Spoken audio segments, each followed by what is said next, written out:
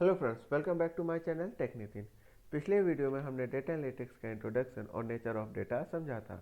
आज हम यूनिट 1 का एक बहुत ही इंपॉर्टेंट टॉपिक कवर करेंगे, characteristics of data.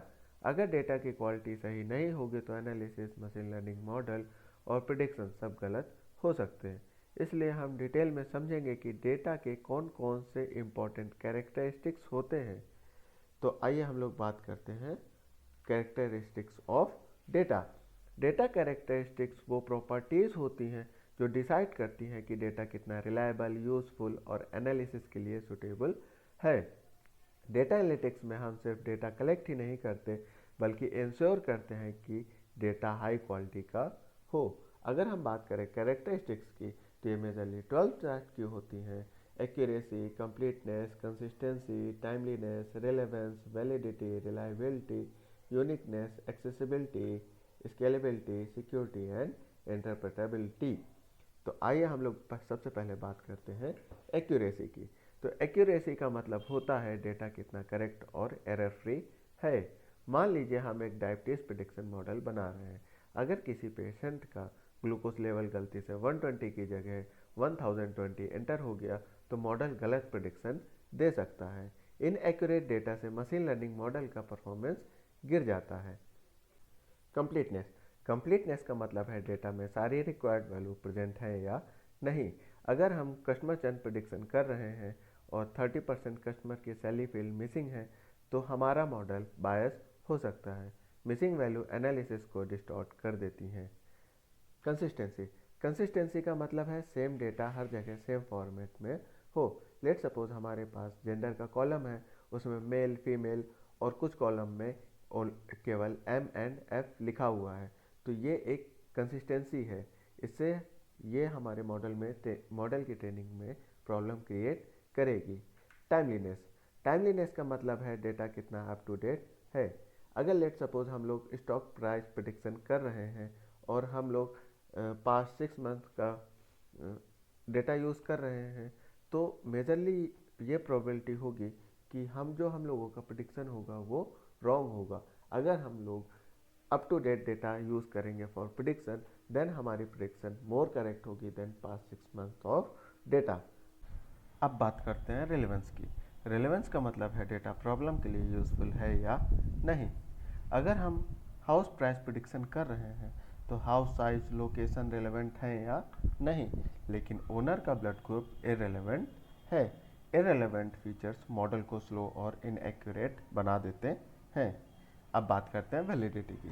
Validity ensure करता है कि data pre defined rules follow करे।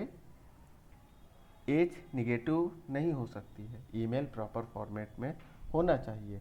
इनवैलिड डेटा सिस्टम एरर और रॉन्ग एनालिटिक्स रिजल्ट क्रिएट करता है। अब हम लोग बात करते हैं रिलायबिलिटी की। रिलायबिलिटी का मतलब है डेटा रिपीट होने पर सेम रिजल्ट दे। अगर हम लोग एग्जांपल की बात करें तो अगर एक सेंसर टेम्परेचर हर मिनट रैंडम वैल्यूज दे रहा है बिना किसी रीज़न के तो वो अनरिलायबल है। रिलायबल डेटा से मॉडल स्टेबल प्रिडिक्शंस देता है। अब बात करते हैं यूनिकनेस की। यूनिकनेस का मतलब है हर रिकॉर्ड यूनिक हो, डुप्लीकेट ना हो। अगर हम लोग एग्जांपल की बात करें तो अगर ई कॉमर्स डेटा सेट में एक ही कस्टमर का रिकॉर्ड 3 बार है तो सेल्स रेवेन्यू आर्टिफिशियली इन्फ्लेट हो जाएगा। डुप्लीकेट डेटा एनालिटिक्स को डिस्टॉर्ट करता है। अब हम लोग बात करते हैं एक्सेसिबिलिटी की। एक्सेसिबिलिटी का मतलब है ऑथराइज यूज़र डेटा को इजीली एक्सेस कर सके। अगर हम लोग एग्जांपल की बात करें तो अगर डेटा साइंटिस्ट को डेटाबेस एक्सेस नहीं मिलेगा तो प्रोजेक्ट डिले हो जाएगा। राइट डेटा राइट टाइम पर अवेलेबल होना चाहिए।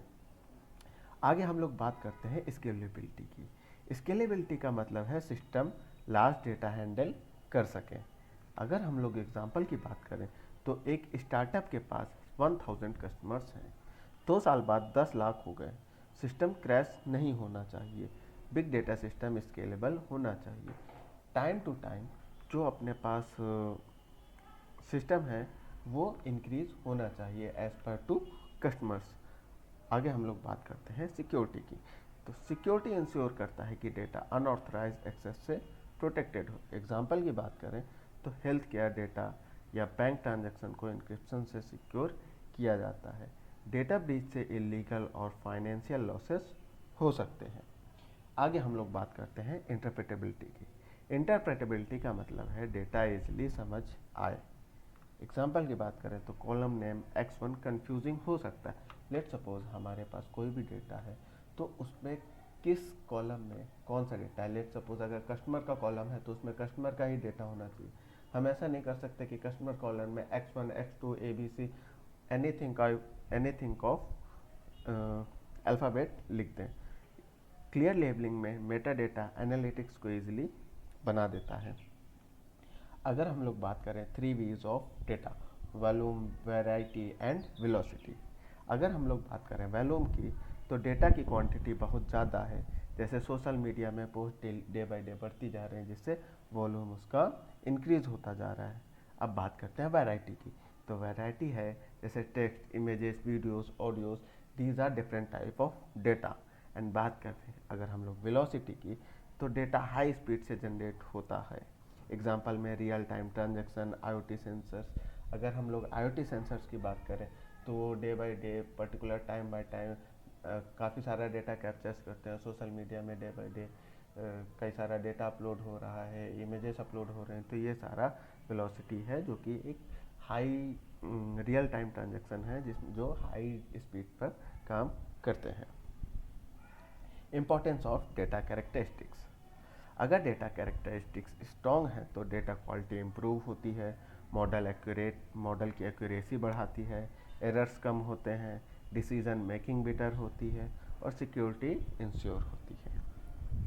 तो फ्रेंड्स, आज हमने डेटा के कैरेक्टरिस्टिक्स डिटेल में समझे और देखा कि डेटा एनालिटिक्स में ये कितने इंपॉर्टेंट होते हैं। अगर डेटा सही से नहीं होगा तो एनालिसिस कभी सही नहीं हो सकती है। नेक्स्ट वीडियो में हम और एडवांस टॉपिक्स कवर करेंगे। अगर आपको वीडियो हेल्पफुल लगी हो तो लाइक, शेयर, सब्सक्राइब जरूर करें। Thank you for watching.